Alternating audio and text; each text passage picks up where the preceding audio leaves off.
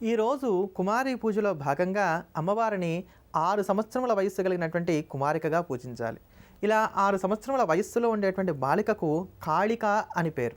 అలా కాళీ స్వరూపంలో ఉండేటువంటి ఆ బాలికను పూజించడం వలన ఎవరైతే శత్రువులు ఉన్నారో మనకి చెడు చెయ్యాలనేటువంటి ఆలోచన కలిగినటువంటి వారు ఎవరైతే ఉన్నారో వారందరి నుంచి వచ్చేటి ఉపద్రవాలు ఏవైతున్నాయి ఇవన్నీ కూడా తొలగిపోతాయి.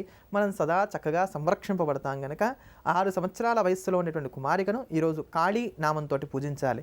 ఓం కాళ్యై నమః అనేటువంటి నామంతో ఆ కుమారికను పూజించినట్లయితే మనం ఇటువంటి ఫలితాలన్నీ కూడా పొందవచ్చు. అందుకనే పూర్వం పెద్దలు ఇంట్లో ఆడపిల్ల పుట్టినట్లయితే మహాలక్ష్మి జన్మించింది కలిసి వస్తుందనడానికి గల కారణాలు ఇవి. ఇంట్లో ఉండేటువంటి ఆడపిల్ల పెరుగుతున్న కొద్దీ కూడా ఒక్కొక్క వయసు వస్తున్న కొద్దీ అమ్మవారికి సంబంధించినటువంటి ఒక్కొక్క కళతో ప్రకాశిస్తూ ఉంటుంది కనుక మనకు ఉండేటువంటి విభిన్నమైనటువంటి దోషాలు ఏవైతే ఉన్నాయో అవన్నీ కూడా తొలగిపోతూ ఉంటాయి. నవరాత్రుల్లో ఈరోజు ఎవరైతే లలితాదేవిని పూజిస్తారో వారికి గురుగ్రహ సంబంధమైనటువంటి దోషాలు తొలుగుతాయి. నవరాత్రుల్లో చేసేటువంటి ఒక్కొక్క రోజు పూజ వలన ఒక్కొక్క గ్రహ దోషం తొలుగుతుంది. ఈ రోజు చేసేటువంటి పూజ వలన ఎవరికైతే గురుగ్రహ సంబంధమైనటువంటి దోషాలు ఉన్నాయో అవన్నీ కూడా తొలుగుతాయి. గురుడు సాధారణంగా అనుగ్రహించినట్లయితే స్థిరత్వాన్ని ఇస్తాడు, సంతృప్తిని కలగజేస్తాడు, ఆర్థిక విషయాలన్నీ కూడా పరిపుష్టిగా సాగుతాయి, సంతానం సదా సంరక్షింపబడతారు. అందుకని ఈ రోజు చేసేటువంటి పూజ వలన ఇవన్నీ కూడా చక్కగా సమకూరుతాయి. విస్తారమైనటువంటి పూజా కలాపాలు ఈరోజు చేయలేకపోయినా కనీసం ఒక సువాసిని ఇంటికి పిలిచి తాంబూలం ఇచ్చినా కూడా ఇంత పుణ్యాన్ని కూడా మనం పొందగలుగుతాం. ఇది ఆ పక్షంలో అంటే ఏమీ చేయలేనటువంటి పక్షంలో మాత్రమే చేయదగినటువంటి ఉపచారం. శక్తి కలిగినటువంటి వారు ఎంత విస్తారంగా పూజ చేయగలిగితే అమ్మవారికి నవరాత్రుల్లో అంత విస్తారంగానే పూజ చేయాలి. అటువంటి అమ్మలగన్న అమ్మ అయినటువంటి లలితాంబకు సంబంధించినటువంటి లలితా సహస్రనామ స్తోత్రాన్ని శ్రవణం చేద్దాం, ధన్యులమవుదాం.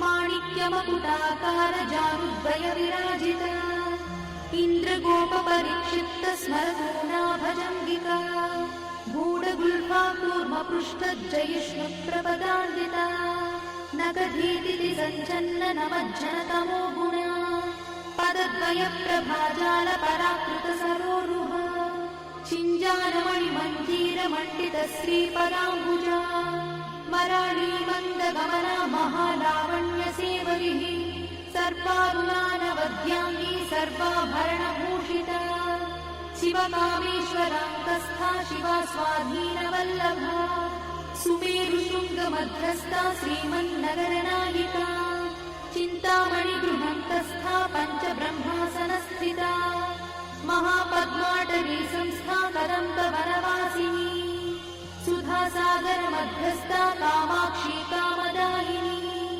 దేవశ్రీగణ సంఘాత స్థూయమానాత్మవైభవ భండాసురవధోద్యుక్త శక్తి సేనా సమన్విత సంపత్కరీ సమారూఢ సింధురవ్రత సేవిత అశ్వారూఢాధిష్ఠిత స్వకోటి కోటి విరావృత చక్రరాజరథారూఢ సర్వాయుధ పరిష్కృత. త్రిపుర రహస్యంలో ఒక గాథ చెప్పబడుతుంది. ఒకానొక సందర్భంలో మహాలక్ష్మీదేవి కొన్ని అద్భుత సంవత్సరముల పాటు తపస్సు చేసిందట లలితా త్రిపుర సుందరి కోసం.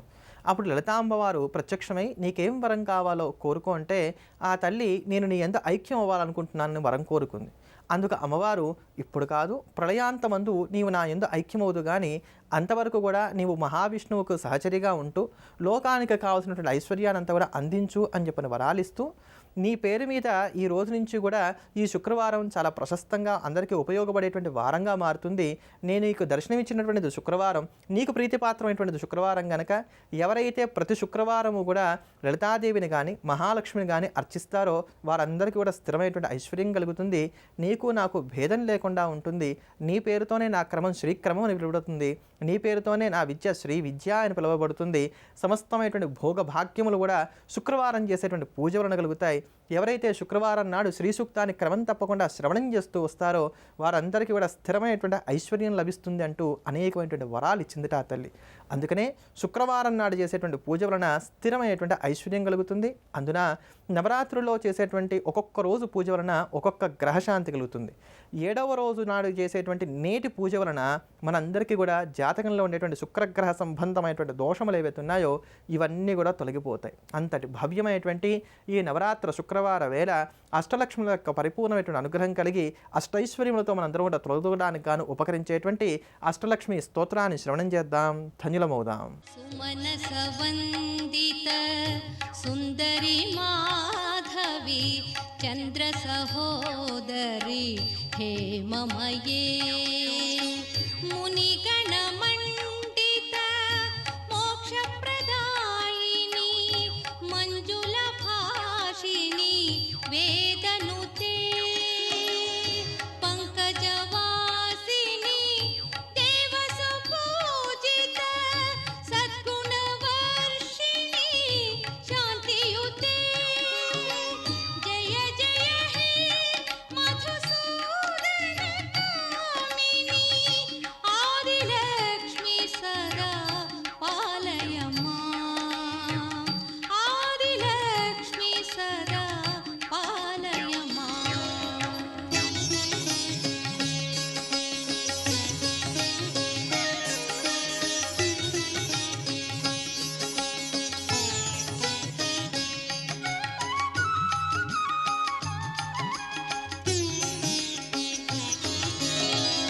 అయి కలి కల్మష నాశిని కామిని వైదిక రూపిణి వేదమయే క్షీర సముద్భవ మంగళ రూపిణి మంత్ర నివాసిని మంత్రనుతే మంగళదాయిని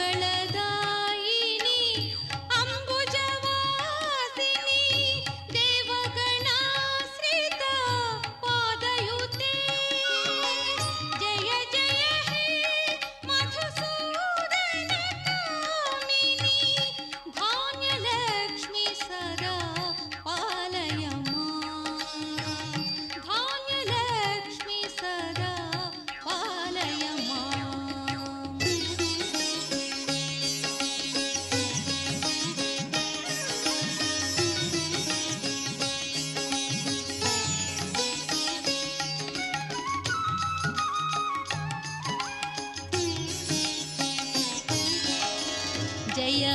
జయవరవర్ణిని వైష్ణవి భార్గవి మంత్రస్వరూపిణి మంత్రమయే సురగణ పూజిత శీఘ్ర ఫలప్రద జ్ఞాన వికాసిని శాస్త్రనుతే భవ భయహారిణి పాప విమోచని సాధు జనాశ్రిత పాదయుతే జయ జయ హే మధుసూదన కామిని ధైర్యలక్ష్మి సదా పాలయ మాం ధైర్యలక్ష్మి సదా పాలయ మాం.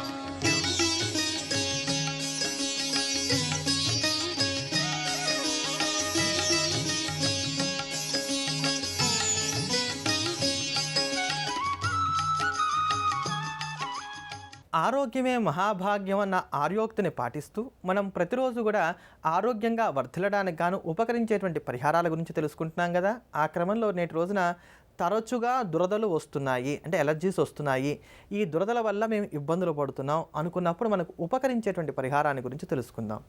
దుర్గారాధన చేసేటువంటి వారికి ఎప్పుడు కూడా అసలు ఇటువంటి ఎలర్జీస్ సాధారణంగా రావు. అందుకని ముందుగా వేప చెట్టు దగ్గరికి వెళ్ళి వేప చెట్టుకి నమస్కారం చేసుకొని దుర్గాదేవి స్వరూపం గనక ఆ తల్లిని మనసులో తలుచుకొని లేత వేప చిగుళ్ళు ఏవైతే ఉన్నాయో ఇవి తెచ్చుకోవాలి. ఈ లేత వేప చిగుళ్ళని మేలిమి పసుపు, అంటే పసుపు కొమ్ములు దంచి మనం తయారు చేసుకునే మంచి పసుపు ఏదైతే ఉందో ఆ పసుపుని రెండింటినీ కూడా సమానంగా తీసుకొని వాటిని ఒక ముద్దలాగా నూరి దుర్గానామాన్ని చెప్పుకుంటూ దుర్గా దుర్గా అంటూ కానీ ఓం దుర్గాయే నమః అంటూ కానీ ఎక్కడెక్కడైతే దద్దుర్లు వచ్చాయో అక్కడల్లా రాసుకుంటూ ఉండాలి.